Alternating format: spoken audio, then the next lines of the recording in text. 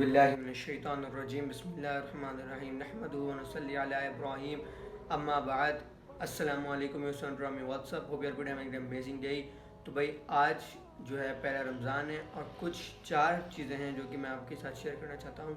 So these are the 4 things without these 4 you should not start Ramzan. یہ 4 چیزیں ہیں جس کے بغیر آپ رمضان اسٹارٹ نہ کریں.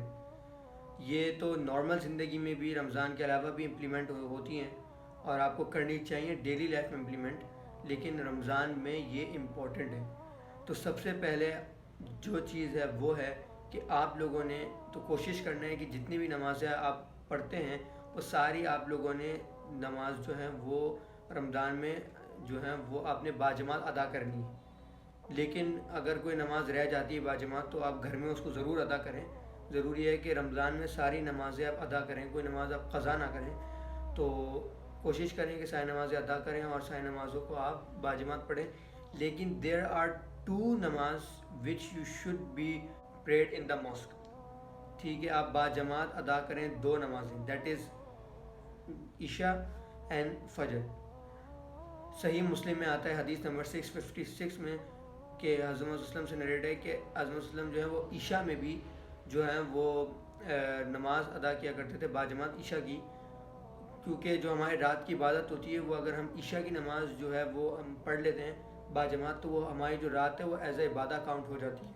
اور فجر کی نماز بھی پڑھنے سے ضروری ہے کیونکہ عشاء سے لے کر فجر تک کا جتنا بھی ٹائم ہمارے پاس ہے اس میں جو ٹائم ہے وہ اگر ہم نے فجر باجماعت ادا کر لی تو وہ ٹائم بھی ایز اے عبادت کاؤنٹ ہوتا ہے.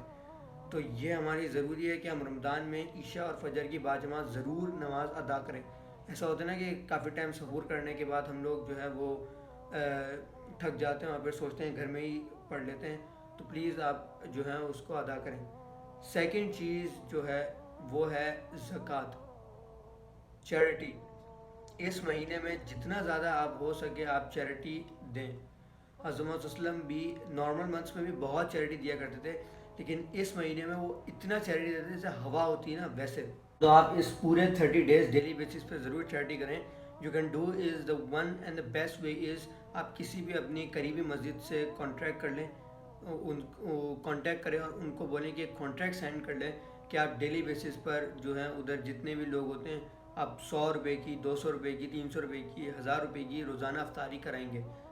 تو آپ یہ ضرور کریں، یا پھر آپ کسی فاؤنڈیشن کے ساتھ کانٹیکٹ کر کے آپ ڈیلی بیسس پہ جو ہے وہ چیریٹی کر سکتے ہیں. تو ڈو چیریٹی. ڈیلی بیسس پہ آپ افطار باکسز بنوا کر غریبوں میں بھی تقسیم کر سکتے ہیں، وہ بھی ایک بہت اچھا وے ہے. تو this was number 2 that you should do charity. یہ تیسری جو ٹپ ہے، وہ جو ورک ہے وہ آپ کو ضرور کرنا چاہیے رمضان میں، وہ ہے دعا. آپ کو بہت ساری دعائیں مانگنی چاہیے بیکاز اللہ تعالیٰ قرآن میں ہی فرماتے ہیں جو آیت نازل ہوئیں رمضان کی ان میں ایک آیت جو ہے وہ بہت جو ہے وہ امپورٹنٹ ہے. اس میں دعا کے ہی بارے میں اللہ تعالیٰ نے فرمایا ہے. تو دیٹ از آیت نمبر 186 آف سورہ بقرہ، وَإِذَا سَأَلَكَ عِبَادِي عَنِّي فَإِنِّي قَرِيبٌ أُجِيبُ دَعْوَةَ الدَّاعِ إِذَا دَعَانِ.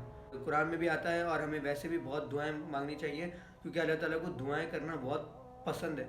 اور یہ جو دعاؤں کا ٹائم ہوتا ہے، یہ افطار کا وقت جو ہے وہ بہت زیادہ اہم ہے دعاؤں کے لیے. اس میں جو دعا مانگی جاتی ہے وہ دعا قبول ہوتی ہیں اور فرشتے اس پہ آمین کہتے ہیں.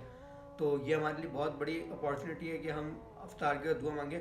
اس کے علاوہ نارمل زندگی میں بارش میں بھی بہت دعائیں قبول ہوتی ہیں، سفر کے بعد بھی بہت دعائیں قبول ہوتی ہیں، اور جو دل سے مانگی دعائیں ہوتی ہیں وہ تو ضروری قبول ہوتی ہیں. تو ہمیں ویسے بھی دعائیں مانگنی چاہیے اور رمضان میں بھی ہمیں افطار سے پہلے ضروری ہمیں دعائیں مانگنی چاہیے. اور جیسے کہ آپ کو معلوم ہے کہ ابھی لیلۃ القدر کی نائٹس آ رہی ہیں، تو that's are the best nights of making دعا. اس میں جو دعا مانگو گے وہ اللہ تعالیٰ کبھی رد نہیں کرتا. وہ اللہ تعالیٰ آپ کو سنبھال کے وہ دعائیں رکھتے ہیں اور اللہ تعالیٰ اس کا پھل جو ہے وہ دینے کے لیے وقت مقرر کر دیتا ہے. تو اسی لیے ہمیں سب کو کوشش کرنی چاہیے کہ زیادہ سے زیادہ ہم دعائیں جو ہیں وہ جو ہے مانگیں افطار کے بعد، اور اس سے زیادہ جو دعائیں ہیں وہ ہم مانگیں نائٹس آف لیلۃ القدر میں. تو اب چلتے ہیں ٹپ نمبر 4 کی طرف. تو 4th important thing is we should do a lot of recitation of Quran. ہمیں بہت زیادہ قرآن کی تلاوت کرنی چاہیے. تو قرآن کی تلاوت ہمیں بہت زیادہ کرنی ہی چاہیے، اور اللہ تعالیٰ قرآن فرماتے ہیں ورتل القرآن ترتیلا. ہمیں قرآن کو ترتیب سے اور ٹھہر ٹھہر کے پڑھنا چاہیے. لیکن اس سے امپورٹنٹ چیز اللہ تعالیٰ قرآن فرماتا ہے وہ ہے کہ ہمیں قرآن کو سمجھ کر پڑھنا چاہیے.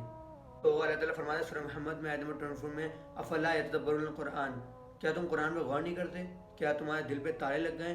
تو ہمیں قرآن کی بہت زیادہ جو ہے وہ ریسیٹیشن کرنی تو چاہیے، لیکن اس کے ساتھ ہمیں سمجھ کر جو ہے وہ پڑھنا چاہیے. اور اس رمضان میں ہم کوشش کریں کہ ہمیں جو ہے وہ قرآن سمجھ کر اور پڑھیں. ابن القیم رحمہ اللہ فرماتے ہیں کہ اگر ہم ایک آیت کو بھی سمجھ کر پڑھ لیں تو اس کا ثواب اتنا ہے کہ جتنا ایک نارمل آدمی جو بغیر سمجھے پڑھ رہا ہے اس کو جتنا ثواب پورے قرآن کو پڑھنے میں ملتا ہے نا، ایک نارمل بندے کو جتنا ثواب قرآن پڑھنے پہ ملتا ہے وہی ثواب ایک بندے کو پوری ایک آیت جو سمجھ کے پڑھی اتنا ثواب ملتا ہے. تو ہمیں کوشش کرنی چاہیے کہ ہمیں جو ہے وہ ہم قرآن کو سمجھ کر پڑھیں، اور ہم سب کو توفیق دے کہ ہم قرآن کو سمجھ کر پڑھیں اور دل سے پڑھیں. So these were the 4 things, یہ 4 چیزیں تھیں جس کو ضروری آپ کریں رمضان میں. پہلی ہے کہ آپ جو ہے وہ عشاء کی اور فجر کی نماز باجماعت پڑھیں. دوسرا یہ کہ آپ زیادہ سے زیادہ زکوٰۃ دیں. تیسرا یہ کہ آپ زیادہ سے زیادہ دعائیں مانگیں، یہ دعاؤں کا مہینہ ہے، اس میں دعائیں آپ کی بہت قبول ہوتی ہیں، تو دعائیں مانگیں. اور چوتھی جو چیز ہے وہ ہے کہ قرآن کو سمجھ کر پڑھیں. So these were the 4 things that I wanted to share with you and I love to make this video. So I hope کہ یہ ویڈیو آپ کے لیے بہت زیادہ جو ہے بینیفیشیل ہو، آپ اس ویڈیو سے آپ نے بہت کچھ سیکھا ہو. تو بس مجھے اپنی دعا میں یاد رکھیے گا، اور جو ہے رمضان کی برکت اللہ ہر گھر میں دے. So meet you the next video اور next vlog. Till then do man whatever you want to do. السلام علیکم و رحمۃ اللہ. Thanks for watching this.